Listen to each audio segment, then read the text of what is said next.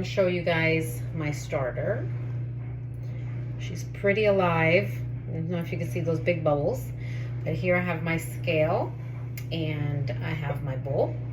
I'm gonna go ahead and put my bowl on the scale and I'm gonna zero it out, and I'm measuring in grams, okay? So a lot of people do the water first and then the starter because they say it's important to see if your starter floats. I've done it either way, but today I'm gonna go ahead and do the water first, okay? So again, in grams and of this water. And sometimes when you're using a scale, you gotta kind of go slow. It will not show you the grams right away, and then all of a sudden you'll be like, oh my God, it's already, and then you add extra, but you can always take out. So we're gonna do 380. We're almost there. And if you go over a little bit, it's not a big deal. Okay, so right now I have 390 grams of water. I'm gonna go ahead and leave it, okay? It's not a big deal. I'm gonna zero out the scale. The equivalent to 1 cup of sourdough starter. So that's about 197 grams. So I zeroed out my scale, and I'm gonna go ahead and pour out my active starter. And it rolls all the way. There she is. Oh, isn't that beautiful? So I'm looking at my scale. It's probably all of this that's in here.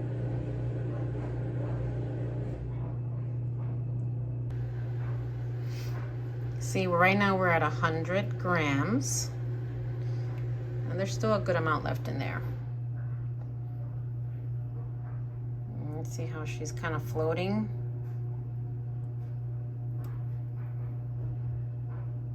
Okay, so let me show you guys. That's all of my starter that was in my jar. I wiped it clean. There's maybe a little tiny bit on the sides. But look, it's only 176 grams, okay? So there's not 197 grams. But am I worried about it? No, it's not a big deal. For now, so I can mix it, and you can see that it's floating. We're just gonna mix it really well until it is completely combined, okay? And it's supposed to get nice and milky. This almost looks like milk. It reminds me of when I make my almond milk. And so we're gonna add, and we may be okay, but I'm probably gonna need about, I'd say probably about another 50 grams of flour since I added more water. And again, that's fine. So here we're at 484. Well, I may have enough.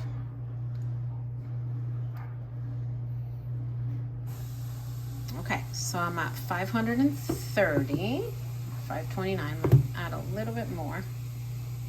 Okay, so I'm at 552 grams of all-purpose flour.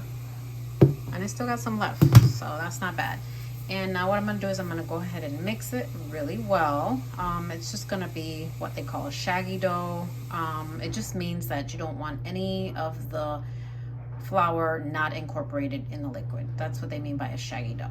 How all of the flour in the water is together, okay? I know, it looks shaggy. There's no kind of shape or form to it.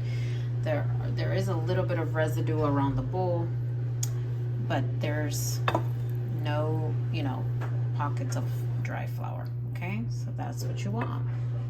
Now I'm gonna cover it and let it sit for 30 minutes and move on to the next step. So here's the shaggy dough resting for about 30 minutes before we move on to adding the salt. And I'll explain to you guys a little bit about how we add the salt after we let the dough rest for about 30 to 45 minutes. All right, so it's been about 45 minutes because I had something to do, so it wasn't really 30 minutes, and that's also okay.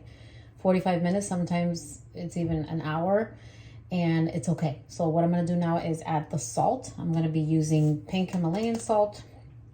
I used this one, I used sea salt.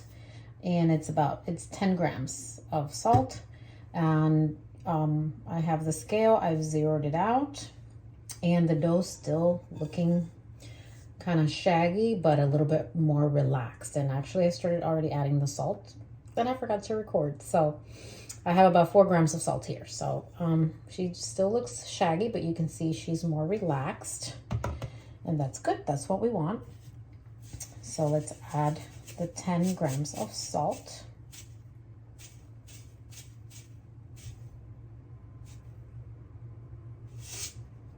All right. And what I'm gonna do,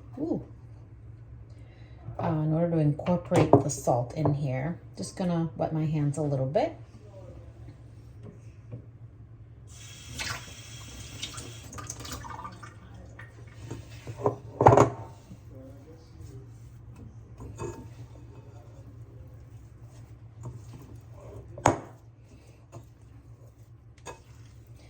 And you just want to mix it in as best as possible. And already, as you can see, she's already getting pretty elastic. So I think I'm just going to do my first set of stretch and pull.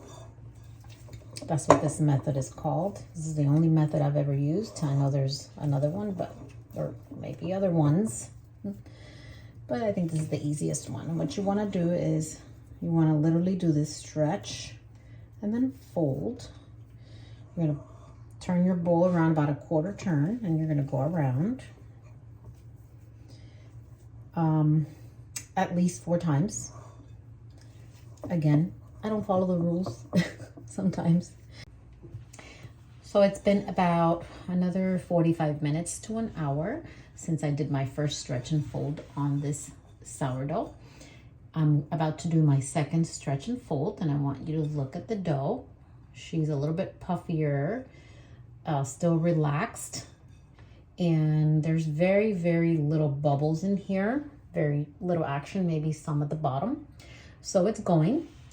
And before I do that, I did want to touch on the salt, adding the salt to the sourdough, because a lot of sourdough makers, or a lot of people who make sourdough, they add the salt automatically into the flour and water mixture when you first mix it, and other people added later, which is what I did. I have done both ways, but I've never really paid attention to if it's done anything different to my loaf when I add the salt in the beginning of the process or when I add it later. But I have heard that it does hold back the fermentation process, or it kind of messes with the yeast in the dough if you add it at the beginning. So then rather than adding it at the beginning, I added it later, which is what I did here. So that's the reason why I did it. I just wanted to mention that. And so now I'm getting ready to do my second stretch and fold. I have a little container here with a little bit of water so I can dampen my hands, because the dough is still sticky, or actually dampen my fingers. The dough is still sticky, so I'm gonna go ahead. I try to do it with just one hand. I'll show you guys. Look how stretchy she is. So we're gonna go again, quarter turn, and we're stretching and folding. This is one of the things that I like the best or the most about the sourdough process. I love doing this part. I don't know, it's just satisfying. And so, there we go. Let's give it one more turn. And then I'm gonna let it sit covered again for about another hour before I do the next one. All right, I'm ready to do my third and final stretch and fold for this dough. So I'm gonna uncover it and show her to you. She's definitely progressing, and she's a little bit jiggly, which is great. And so let's go ahead and do that. I'm gonna make sure my fingers are wet, and I'm gonna do the same thing. I'm just gonna pull the dough, and you can see the change, right, in the structure of the dough. Quarter turn. She's definitely a little more relaxed, more stretched out. she's not tearing when I pull her up. So I'm gonna do it again. Feels nice. All right, so that was my third and last round of stretch and fold of the dough. What I'm gonna do now is I'm gonna go ahead and cover it, and I'm gonna leave it on the counter. I like to leave her at room temperature on the counter for at least 2 hours. And it could be anywhere for me between 2 to 6 hours.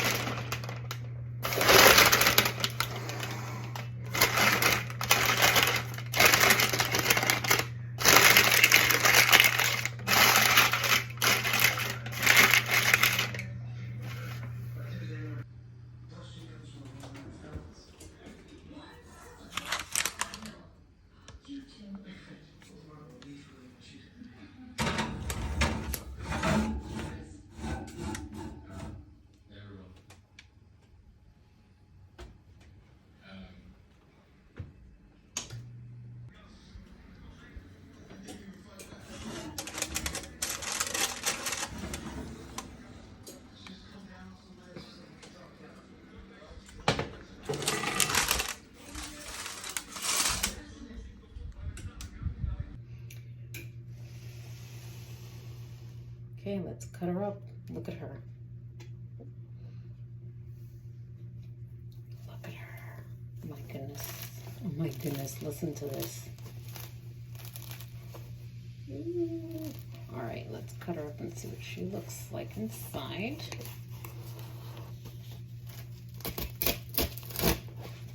Oh my goodness. Look at the back. I'm gonna give you guys a front look. Look at the front. Ooh.